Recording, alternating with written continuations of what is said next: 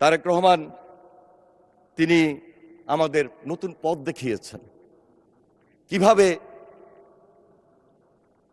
Family card, কিভাবে কৃষি card, কিভাবে এই যে পিতার মতো একটা জনপ্রিয় কর্মসূচি খাল খনন কর্মসূচি নিয়ে আসতে হয় এবং 60 দিনে 60টা কর্মসূচি নিয়ে জনগণের পাশে দাঁড়াতে হয়।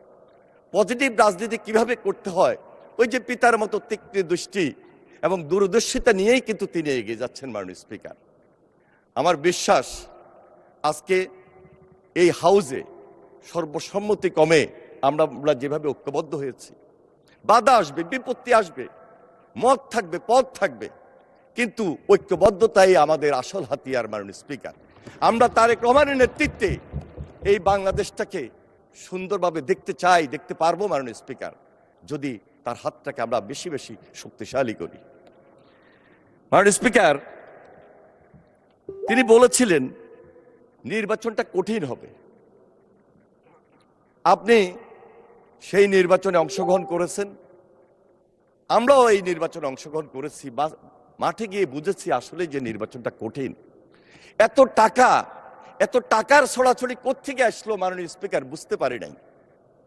আমি অনুরোধ করব, আজকে ইসলামী ব্যাংক নিয়ে কথা হচ্ছে, গত 1.5 বছরে যদি ইসলামী ব্যাংক নিয়ে আমরা একটু তদন্ত করি, হয়তো পাওয়া যাবে এই টাকাগুলো কোত্থেকে এসেছে মাননীয় স্পিকার। করা উচিত, কারণ নির্বাচনে আচরণবিধিতে থাকবে আপনি কত টাকা খরচ করতে পারবেন, আর মাঠে গিয়ে দেখব কত টাকা খরচ হচ্ছে মাননীয় স্পিকার। আমরা কথায় বলি একটা, কাজে হচ্ছে আর একটা, এবং এই নির্বাচনে আমাদেরকে সেই পরিস্থিতি মোকাবেলা করতে হয়েছে।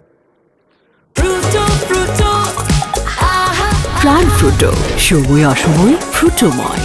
বৈষম্য বিরোধী ছাত্র আন্দোলন যারা করেছেন, আমি তাদেরকে অ্যাপ্রিসিয়েট করি। ডিবি অফিসে তাদের সঙ্গে দেখা হয়েছে, তাদেরকে মনোবল দিয়েছিলাম, সাহস দিয়েছিলাম, কিন্তু বৈষম্য বিরোধী ছাত্র আন্দোলনের যদি প্রকৃত নেতারা এবং সেই সংগঠনের নামে যদি তারা এই দেশের। মাননীয় মন্ত্রী, আপনি 2 মিনিটে কনক্লুড করেন। আমি শুধু এটাই বলবো, তারা যদি আরেকটা রাজনৈতিক দল না করে ওই বৈষম্য বিরোধী ছাত্র আন্দোলন নামেই থাকতেন, তাহলে ওই পাড় আর এই পাড়ের মাঝখানে আজকে তাদের সংখ্যা আরো বেশি বৃদ্ধি হতো মাননীয় স্পিকার। কিন্তু তা হয় নাই।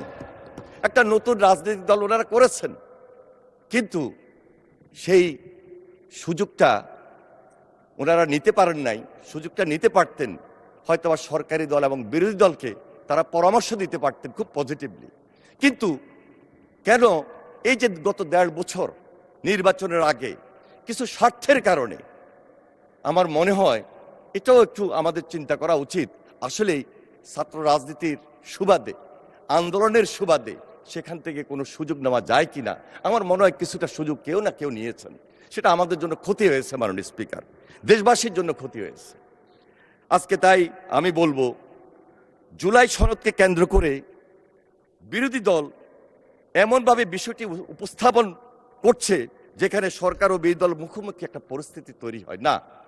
এই সুযোগটা দেওয়ার কোনো সুযোগ থাকতে পারে না, কারণ মাননীয় প্রধানমন্ত্রী জনাব তারেক রহমান বলেছেন প্রতিটা লাইন, প্রতিটা শব্দ কোনোভাবেই যেন নড়চড় না হয়, সেইভাবেই আমরা জুলাই সনদকে বাস্তবায়ন করবো ইনশাআল্লাহ। মাননীয় স্পিকার, আমাদের নেত্রী বেগম খালেদা জিয়া, তিনি জেলখানায় ছিলেন, কারাবন্দী ছিলেন। কারাবন্দী থাকা অবস্থায়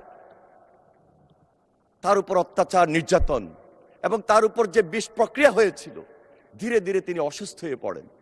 তিনি লিভার সিরোসিস, পরিপাকতন্ত্র মধ্যে রক্তক্ষরণ, হৃদরোগ, ডায়াবেটিস, আর্থ্রাইটিস, বিভিন্ন রোগে আক্রান্ত হন এবং বিভিন্ন ধরনের পরীক্ষা নিরীক্ষায় এই সমস্ত রোগ ধরা পড়ে। ধন্যবাদ মাননীয় মন্ত্রী, ধন্যবাদ। তিনি মৃত্যুর মুখে